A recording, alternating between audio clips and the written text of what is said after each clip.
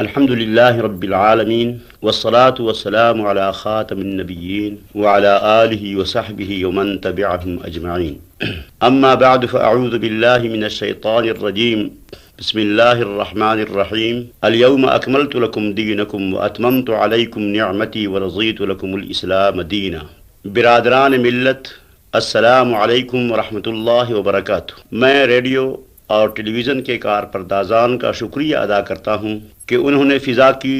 ریڈیائی لہروں کے ذریعے مجھے آپ سے براہ راست مخاطبت کا موقع مہیا کیا اور آپ تک کلمہ حق پہنچانے کا وسیع ترین ذریعہ بہم پہنچایا۔ میرے پاس وہی ایک پیغام ہے جسے سال ہا سال سے میں اور میرے رفقا کل پاکستان جمعیت علماء اسلام کے پلیٹ فارم سے بیان کرتے چلے آ رہے ہیں۔ یہ پیغام گزشتہ 1400 سال سے زمین و آسمان کی فضاؤں میں گونجتا چلا آ رہا ہے اور سید المرسلین خاتم النبیین صلی اللہ علیہ وسلم کے توسط سے اللہ تعالیٰ نے اس پیغام کو قیامت تک کے لیے عالم انسانیت کی فلاح و بہبود کے واسطے مقرر فرمایا ہے۔ یہ پیغام اللہ اور اللہ کے رسول صلی اللہ علیہ وسلم کا پسندیدہ دین اسلام ہے۔ جیسا کہ میں نے شروع میں قرآن حکیم کی آیت تلاوت کی، الیوم اکملت لکم دینکم واتممت علیکم نعمتی ورضیت لکم الاسلام دینا، اس آیت میں اللہ تعالیٰ نے صاف صاف فرما دیا ہے کہ میں نے آج کے دن تمہارے لیے تمہارے دین کی تکمیل کر دی ہے اور اپنی نعمت تم پر تمام کر دی ہے اور تمہارے لیے بطور دین کے میں نے اسلام کو پسندیدہ دین قرار دے دیا ہے۔ بس یہی دین اسلام ہے جس کا قیام و نفاذ کل پاکستان جمعیت علماء اسلام کا مقصود مدعا ہے، اور اس دین کو قائم و نافذ کرنے کے لیے ابتدائی اقدامات کے طور پر کل پاکستان جمعیت علماء اسلام نے اسلامی منشور کی صورت میں ایک خاکہ پاکستان کے مسلمان عوام کے سامنے پیش کر دیا ہے۔ برادران محترم، شروع میں بیان کردہ آیت قرآنی سے یہ بات بالکل واضح ہے کہ اسلام کا نظام ایک کامل نظام ہے، اللہ تعالیٰ کی اتمام فرمودہ نعمت ہے اور اس کا پسندیدہ دین ہے۔ ظاہر ہے کہ اس صورت میں اسلام کے مقابلے میں دنیا کا کوئی بھی نظام حیات مسلمانوں کے لیے قابل قبول نہیں ہو سکتا۔ دنیا کی ماضی کی تاریخ بھی ہمارے سامنے ہے اور وقت کے موجودہ حالات بھی ہماری نظروں سے گزر رہے ہیں۔ ماضی کی تاریخ اور وقت کے حالات سبھی شہادت دے رہے ہیں کہ ہدایت الہی سے روگردان ہو کر انسانیت نے ہمیشہ نقصان اٹھایا ہے اور وہ فساد و انتشار کی آماج گاہ بن گئی ہے۔ ظہر الفساد فی البر والبحر بما کسبت ایدی الناس، انسان جب بھی رائے حق سے ہٹا اس کے ہاتھوں بحر بر میں فساد برپا ہوا۔ چنانچہ خود انسانیت کی بھلائی کا یہ تقاضا ہے کہ اللہ تعالیٰ کی زمین پر اللہ کا دین قائم ہو تاکہ بحر بر کا یہ فساد ختم ہو۔ اس اعتبار سے یہ ذمہ داری مسلمانوں پر بالخصوص عائد ہوتی ہے کہ وہ اسلام کے علمبردار ہونے کی حیثیت میں سب سے پہلے اپنے درمیان اسلام قائم کریں اور اس کی برکات و خوبیوں کا مظہر بن کر دنیا بھر کو اسلام سے مستفید ہونے کا موقع دیں۔ اس لیے کل پاکستان جمعیت علماء اسلام چاہتی ہے کہ پاکستان میں اسلام کامل مکمل طریق پہ نافذ کر دیا جائے تاکہ دنیا کے سامنے اسلام کی حقانیت اور اس کی خیر و برکت کا عملی نمونہ پیش کیا جا سکے۔ سامعین محترم، میں پوری بصیرت اور پورے یقین کے ساتھ یہ اعلان کرتا ہوں کہ عہد حاضر کے وہ تمام پیچیدہ مسائل جن سے انسانیت کو سابقہ پڑا ہوا ہے، ان کا بہترین حل اسلام میں موجود ہے، اور پاکستان جن مسائل سے دوچار ہے وہ بھی صرف اسلام کو اختیار کرنے سے ہی حاصل ہو سکتے ہیں۔ کل پاکستان جمعیت علماء اسلام اول دن سے اس بنیادی اور اہم نکتہ پر زور دیتی چلی آ رہی ہے۔ سائنس اور ٹیکنالوجی کے اس دور نے انسانی فکر کو ہی نہیں بلکہ اجتماعیت کے ایک ایک مسئلے کو ہمگیر طور پر متاثر کیا ہے۔ چنانچہ آج انسان کو گہرے یقین و اعتماد کی ضرورت ہے اور اجتماعیت کے مسائل میں انسانیت کے مجموعی مفاد کا مقدم رکھنا بھی نہایت ضروری ہے۔ اسلام ان دونوں ضرورتوں کو جس خوبی اور کمال کے ساتھ پورا کرتا ہے، اس کا اندازہ قرآن و سنت کے پربصیرت مطالعہ سے ہی کیا جا سکتا ہے۔ اسلام انسان کو ایک نہایت مستحکم اور غیر متزلزل عقیدہ و یقین سے سرشار کرتا ہے، جس کے اثر سے ایک مومن و مسلم زندگی کی ہر مشکل کو عبور کرتا ہوا موت کے پل پر سے بھی ہنستے مسکراتے گزر جاتا ہے۔ اور انسانیت کے مجموعی مفاد کو اسلام میں اس حد تک ملحوظ رکھا گیا ہے کہ ایک مسلمان دوسرے انسان کی بھلائی اور فائدے کے لیے اپنی محبوب سے محبوب ترین چیز کو قربان کر دینے کا پابند ہے۔ ان صفات کے حاملان دین سے ہی تمام مسائل کے حل کی توقع کی جا سکتی ہے اور پاکستان میں ہم مسلمان اس کا عملی مظاہرہ کر کے دنیا کو اس طرح متوجہ کر سکتے ہیں۔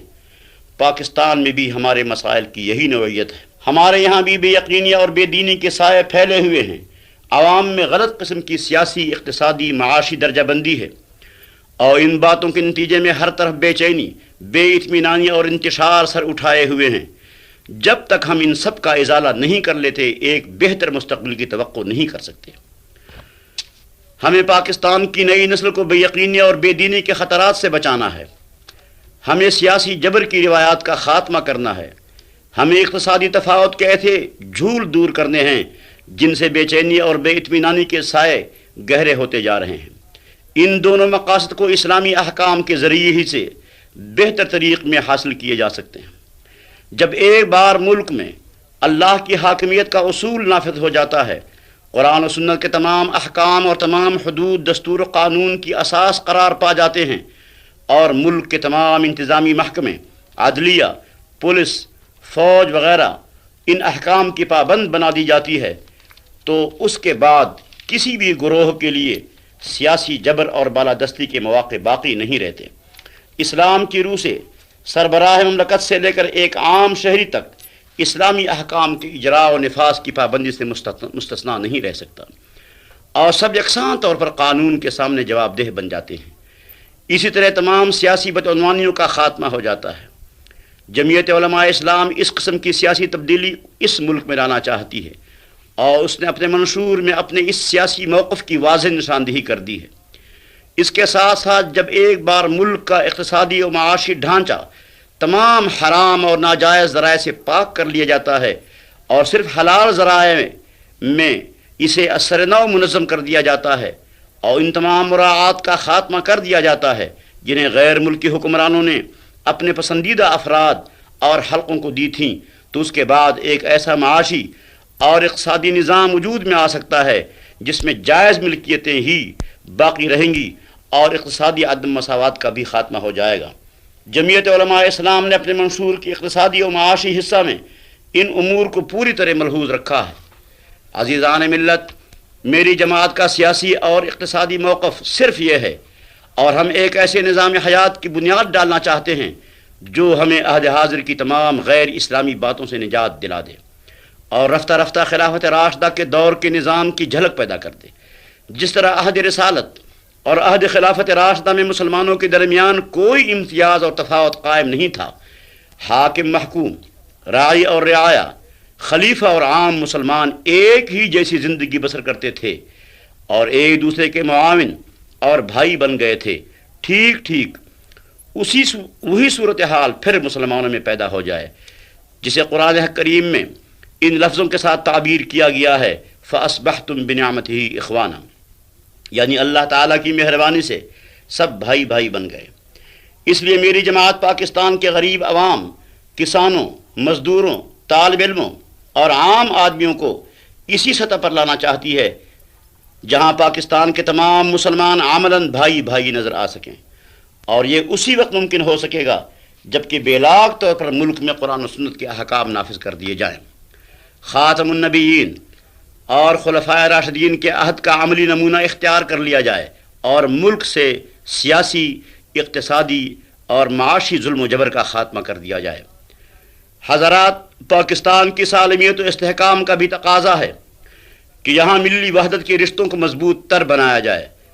ملی وحدت کے رشتے جب ہی پروان چڑھ سکتے ہیں جبکہ یہاں سیاسی اور اقتصادی امور میں اسلامی وحدت کے اصول کار فرما ہوں۔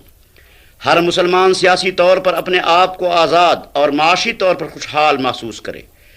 اور سب کے سب عقیدہ و عمل کی ایک ہی ڈوری میں بندھے ہوئے ہوں۔ وَاعْتَصِمُوا بِحَبْلِ اللَّهِ جَمِيعًا کا بھرپور مظاہرہ ملت کے ہر گوشے سے نمایاں ہو۔ برطانوی عہد کے سیاسی، سماجی، انتظامی، عدالتی اور اقتصادی امتیازات کو برقرار رکھ کر اور برائے نام تبدیلی سے انہیں اسلام کا نام دے کر ہم ہرگز ملی وحدت کے مقاصد اور اسلامی نظام کی برکتوں کو حاصل کرنے کے قابل نہیں بن سکتے۔ محترم برادران ملت، میری ان گزارشات سے آپ نے اچھی طرح سمجھ لیا ہوگا کہ میری جماعت کل پاکستان جمعیت علماء اسلام کا مقصود اور منزل کیا ہے۔ ہم اس ملک میں کتاب اللہ اور سنت رسول اللہ صلی اللہ علیہ وسلم کا نظام حکمرانی قائم کرنا چاہتے ہیں، جس کی روح سے ملک کا ہر شعبہ بے دینی کے اثرات اور حرام و ناجائز باتوں کی شمولیت سے پاک ہو جائے، جس کی روح سے ملک کے تمام مسلمان بھائیوں کی طرح زندگی بسر کرنے کے قابل بن جائیں، جس کی روح سے ملک کا کسان، مزدور اور غریب بھی اسی طرح سر اٹھا کر چل سکے جس طرح ملک کا ایک بڑے سے بڑا آدمی چل سکتا ہے، جس کی روح سے ملک کی عدالتیں صرف اسلامی احکام کے مطابق فیصلہ کریں، جس کی روح سے ہر گوشے میں حق و انصاف کا بول بالا ہو، جس کی روح سے کسی کو کسی پر سیاسی جبر کا موقع حاصل نہ رہے، جس کی روح سے پاکستان کے مسلمان ایک متحدہ قوت بن کر سربلند ہو سکیں۔ جمعیت علماء اسلام نے ان مقاصد کو حاصل کرنے کے لیے ایک ایسا طریقہ کار اختیار کیا ہے جس کے ذریعے نہ تو اسلام کے نام کو خود غرضانہ مفادات کے تحفظ کے لیے استعمال کیا جا سکے، نہ ملک کے مختلف حلقوں اور گروہوں کے درمیان نام نہاد کفر اسلام کی کشمکش سر اٹھا سکے، نہ ملک اور عوام کا اتحاد پارا پارا ہو سکے، اور نہ ملک کے غریب عوام، کسان، مزدور وغیرہ اس غلط فہمی میں مبتلا ہو سکے کہ ان کے مسائل کا حل اسلام میں موجود نہیں ہے۔ داخلی امن و امان اور ملکی استحکام کو برقرار رکھتے ہوئے صرف اسلام کی اساس پر ایسی تبدیلیاں لی آئی جائیں جن سے ملک کے تمام سیاسی، سماجی اور اقتصادی مسائل حل ہو جائیں۔ جمعیت علماء اسلام نے ان تمام پہلوؤں کو مد نظر رکھ کر ہی اپنا منشور مرتب کیا ہے، اور ہم امید کرتے ہیں کہ اگر جمعیت علماء اسلام کے منشور پر اس کے طریقہ کار کے مطابق عمل کیا جائے تو انشاءاللہ تعالی ملک میں ایسی سیاسی اقتصادی تبدیلیاں رونما ہو جائیں گی جو خالص اسلامی نظام کے نفاذ اور قیام کی اساس ثابت ہوں گی۔ میں آخر میں یہ عرض بھی کر دینا چاہتا ہوں کہ جمعیت علماء اسلام پاکستان میں مکمل اسلامی نظام نافذ کرنے کے ساتھ ساتھ اس امر کی بھی خواہاں ہے کہ پورا عالم اسلام اتحاد کی لڑی میں منسلک ہو جائے، لیکن یہ اتحاد عملاً اس وقت تک بروئے کار نہیں آ سکتا جب تک کہ مسلمانوں کی سرزمین سے غیر ملکوں کے سیاسی اور اقتصادی اثرات کا کلیتاً خاتمہ نہ ہو جائے، عربوں کے سینے سے اسرائیل کا خنجر نہ اٹھا دیا جائے، اور کشمیر کے مسلمان آزادی کے حق سے بہرور نہ ہو جائیں۔ چنانچہ میری جماعت اسرائیل اور غیر ملکی سامراج کے اثرات کے خلاف عربوں کی غیر مشروط بلا تنقید حمایت کرتی ہے، اور اہل کشمیر کی آزادی کی جد و جہد کو تیز تر کرنے میں پوری معاونت کی حامی ہے۔ میری جماعت بھارت میں بسنے والے 6 کروڑ مسلمانوں کے موجودہ سنگین حالات سے بھی بے پرواہ نہیں ہے،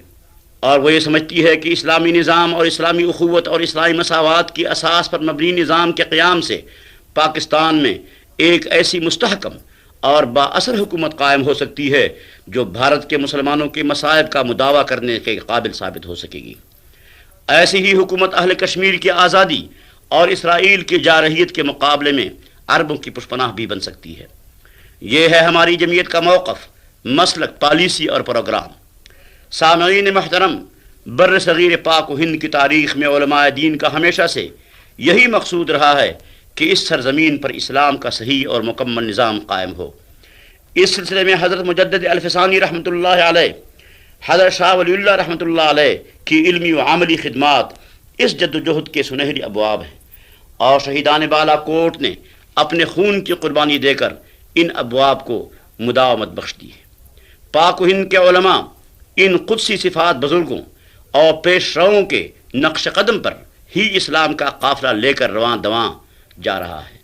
برطانوی استبداد سے 1 صدی سے زیادہ تک ان کا مقابلہ عہد حاضر کی تاریخ کے مسلمات میں سے ہے۔ میری جماعت کل پاکستان جمعیت علماء اسلام علماء حق کے اس سلسلے کے مشن کی امین اور پیروکار ہے، اور سمجھتی ہے کہ جس دن بھی پاکستان میں قرآن و سنت کا حقیقی نظام قائم ہوا، وہ دن بر صغیر پاک و ہند میں داخل ہونے والے پہلے مجاہد کی روح سے لے کر حضرت مجدد الفسانی، حضرت شاہ ولی اللہ، شہدائے بالا کوٹ، شہدائے تحریک آزادی کی روحوں کے مسرت و اطمینان کا دن ہوگا، اور عالم بالا میں ان کی دعائیں اہل پاکستان کا ساتھ دے رہی ہوں گی۔ میری جماعت ماضی کی تاریخ کے ان 1300 سالہ مشن کی تکمیل میں ہی مصروف ہے، اور انشاءاللہ یمین و یسار کی پرواہ کیے بغیر اپنا یہ مشن جاری رکھے گی۔ اسے اللہ کی مدد اور پاکستان کے مسلمانوں کی اعانت کی پوری توقع ہے۔